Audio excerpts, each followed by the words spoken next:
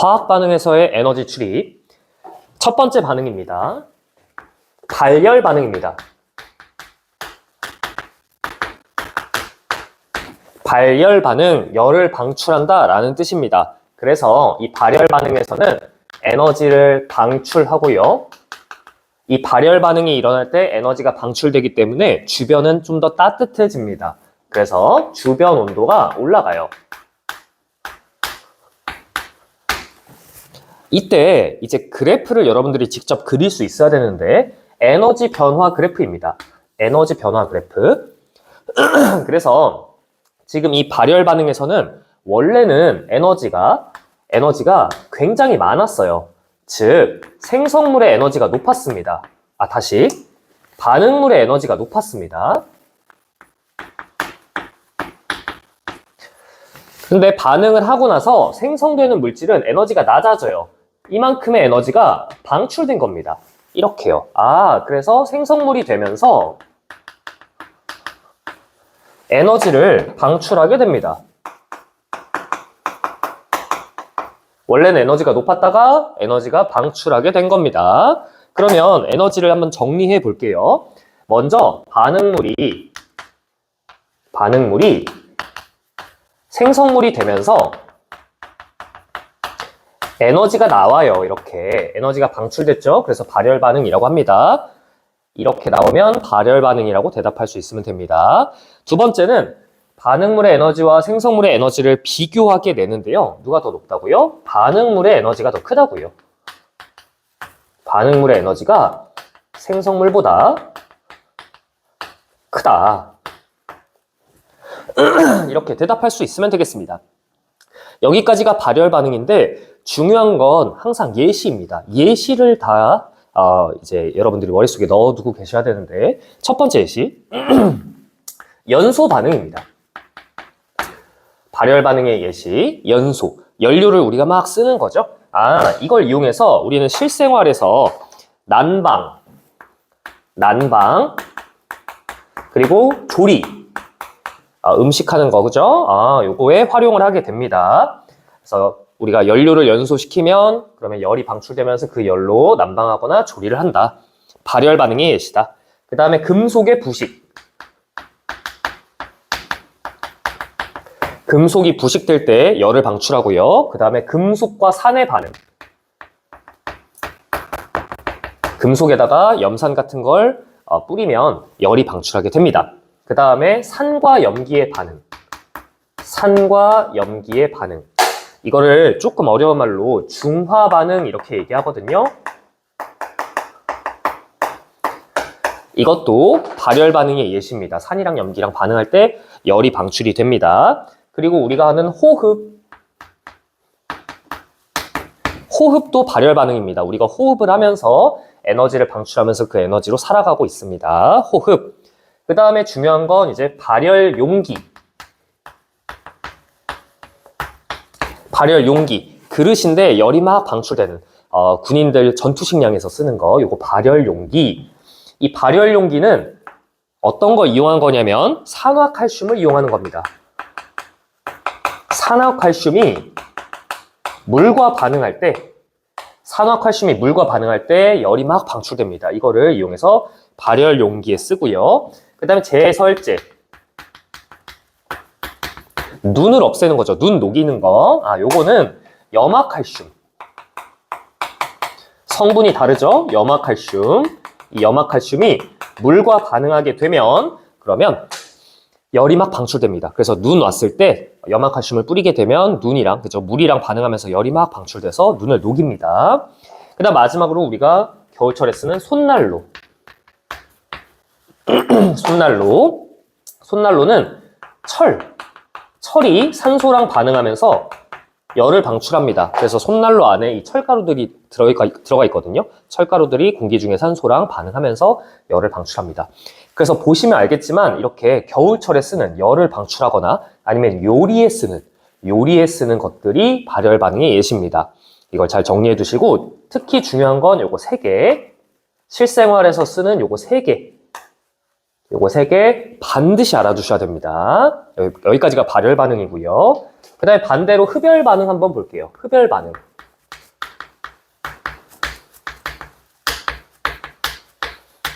흡열 반응은 열을 흡수하는 반응입니다. 그래서 에너지를 흡수하게 되고요. 에너지를 흡수하니까 주변은 온도가 떨어지게 됩니다. 주변 온도가 떨어지게 돼요. 주변 온도가 낮아집니다.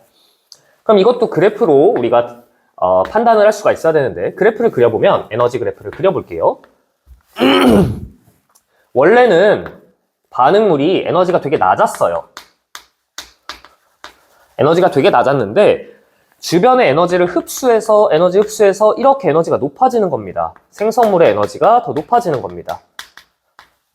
그래서 이렇게 그래프가 나오면 흡열 반응이구나 대답할 수 있으면 되겠습니다. 그죠? 이 과정에서 에너지를 흡수한 거죠. 에너지를 흡수했다.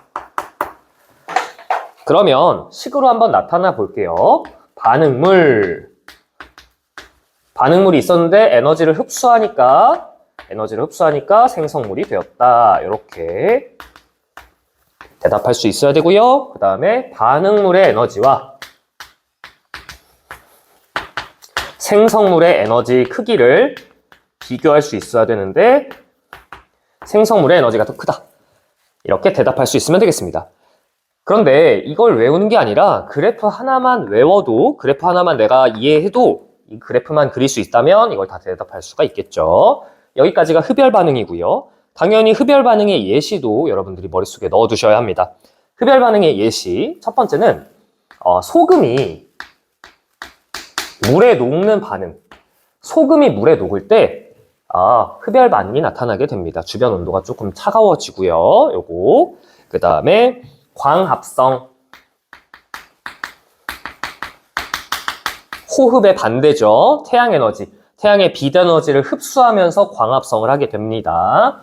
광합성도 흡열 반응이다. 그 다음에 물의 전기분해. 물을 분해시킬 때 주변에 있는 에너지를 흡수하게 됩니다. 물의 전기분해. 이거 알아두셔야 됩니다. 그 다음 중요한 건 탄산수소 나트륨.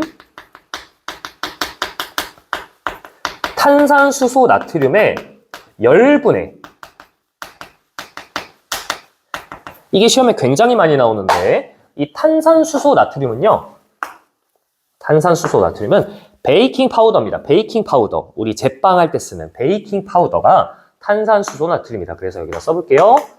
베이킹 파우더. 베이킹 파우더. 요거. 이 탄산수소 나트륨이 열분해할 때 주변에 있는 에너지를 흡수하면서도 이산화탄소가 막 배출이 되게 됩니다. 그래서 이제 제빵할 때 이렇게 빵이 부풀어 오르잖아요. 그게 이산화탄소가 방출이 되면서 부풀어 오르는 겁니다. 이 탄산수소 나트륨이 열분해될 때 주변의 온도를 떨어뜨리면서 에너지를 흡수하게 된다. 흡열 반응의 대표적인 예시다. 반드시 알아두셔야 됩니다. 그 다음에 냉각팩.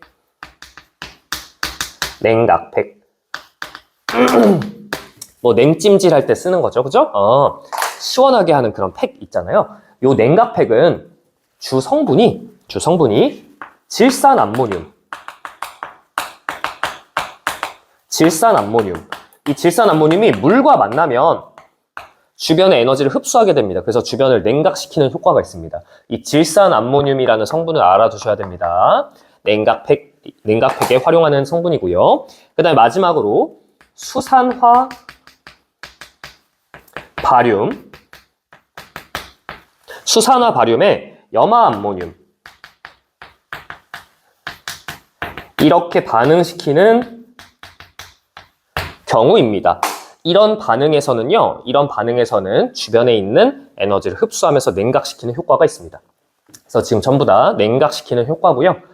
에너지를 흡수하면서 나타나는 현상들이다.